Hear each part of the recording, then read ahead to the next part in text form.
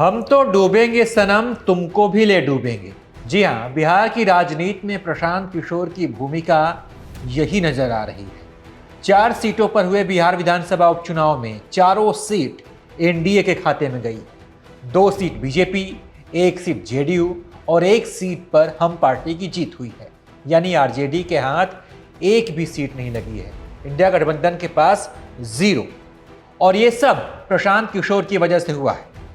अगर पीके चुनाव नहीं लड़ते तो आरजेडी के खाते में कम से कम इंडिया गठबंधन के खाते में 2 सीट तो आ ही जाती।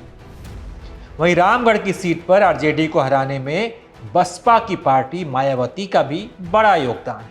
तो चलिए बिहार की चारों सीटों पर बारी बारी से बात करते हैं और वहां के समीकरण को समझते हैं कि हार जीत की का असर यहाँ पर क्या रहा, किस पार्टी की जीत हुई है, किस पार्टी की हार हुई है और ये हार क्यों मिली है। अगर सबसे पहले बात तरारी विधानसभा सीट की करें तो यहाँ पर बीजेपी से चुनाव लड़ रहे सुनील पांडे के बेटे को बड़ी जीत मिली है। विशाल प्रशांत ने यहाँ 10,612 वोटों के अंतर से जीत हासिल की है। सीपीआई के राजू सिंह दूसरे नंबर पर हैं। वहीं पीके की पार्टी यानी कि जनसुराज से चुनाव लड़ रहे किरण सिंह को 5,622 वोट पाकर ये तीसरे नंबर पर रहे। देखा जाए तो यहाँ बीजेपी को एक तरफा जीत मिली है। इस सीट पर सुदामा प्रसाद सीपीआई से चुनाव जीते थे, लेकिन सीपीआई अपनी इस सीट को अब बचा कर रखने में कामयाब नहीं हो पाई और भाजपा ने ये सीट अपने पास कर ली है।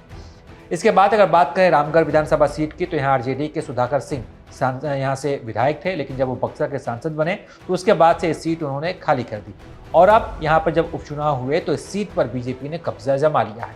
इस सीट पर देखें तो आरजेडी की हार का सबसे बड़ा कारण मायावती की पार्टी बसपा बनी।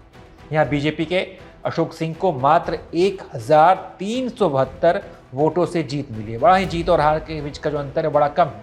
वहीं बसपा के सतीश कुमार यादव को 60,895 वोट मिले। आरजेडी के अजीत कुमार सिंह को यहाँ पर 35,885 वोट पाकर ये तीसरे नंबर पर है। देखा जाए तो बीजेपी और आरजेडी दोनों ने राजपूत जाति को उम्मीदवार बनाया था, लेकिन बसपा ने यहाँ पर चाल चलते हुए यादव उम्मीदवार बनाकर आरजेडी का वोट काट लिया और दूसरे नंबर पर रही। जो रामगढ़ आरजेडी का गढ़ हुआ करता था वहां बसपा ने आरजेडी को लड़ाई से ही बाहर कर दिया और तीसरे नंबर पर भेज दिया। अब बात करते हैं इमामगंज विधानसभा सीट की, जहां जीतनराम मांझी की बहू दीपा कुमारी यहां पर चुनाव लड़ी थी, उनको जीत मिली है। आरजेडी के रोशन कुमार यहां पर दूसरे नंबर पर हैं।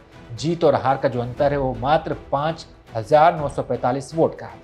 और यहाँ पीके की पार्टी यानी कि जनसुराज के उम्मीदवार जितेंद्र पासवान को 37,000 वोट मिले हैं। सबसे बड़ा वोट यही मिला है पीके को। यानी देखा जाए तो जनसुराज को यहाँ पर बड़ी संख्या में वोट मिले हैं। अगर इसमें से कुछ भी वोट आरजेडी को मिल जाते हैं तो आरजेडी ये सीट जीत जाती है। जीत और हार का अंतर 5,000 के आसपास है और जनसुराज को मिल गए यहाँ पर 37,000 वोट। इसके बाद बात करते हैं बेलागंज विधानसभा सीट की, तो यहाँ पर जेडीयू की मनोरमा देवी यहाँ से चुनाव जीत गई हैं। आरजेडी के विश्वनाथ कुमार यहाँ पर दूसरे नंबर पर हैं। हार और जीत का अंतर यहाँ पर है 21,391 वोट। यहाँ पीके की पार्टी को 17,825 वोट मिले हैं। पीके ने इस पर यहाँ पर अपना मुस्लिम उम्मीदवार उतारा था। अगर इस सीट पर पीके का वोट और कुछ निर्दलीय उम्मीदवारों के वोट आरजेडी को ट्रांसफर हो जाते तो आरजेडी यहाँ पर चुनाव जीत सकती थी। हालांकि मनोरमा देवी ने भारी अंतर से चुनाव दर्ज की है, लिहाजा जीत का श्रेय उन्हें ही देना बनता है। लेकिन पीके की पार्टी ने यहाँ पर आरजेडी का वोट साफ तौर पर काटा है, ऐसा दिख रहा है। तो कुल मिलाकर कहा जाए, अगर सब मिला जुला के बात करें तो चारों सीट एनडीए ने जीत लिया है और 25 विधानसभा चुनाव से पहले उन्होंने माहौल सेट कर दिया है।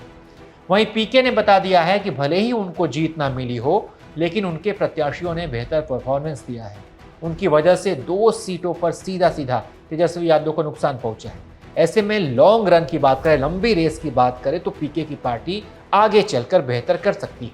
बिहार की राजनीति में पीके को हम नज़रअंदाज नहीं कर सकते हैं, ये इस चुनाव में ये बात स्पष्ट हो गई है। बल्कि इस पूरी खबर पर जो हमने पूरा विश्लेषण किया चारों विधानसभा सीट को लेकर, इस पर आप क्या सोचते हैं, आपको क्या लगता है, आप अपनी राय कमेंट कर बताइए और तमाम अपडेट्स के लिए आप देखते रहिए एबीपी लाइव।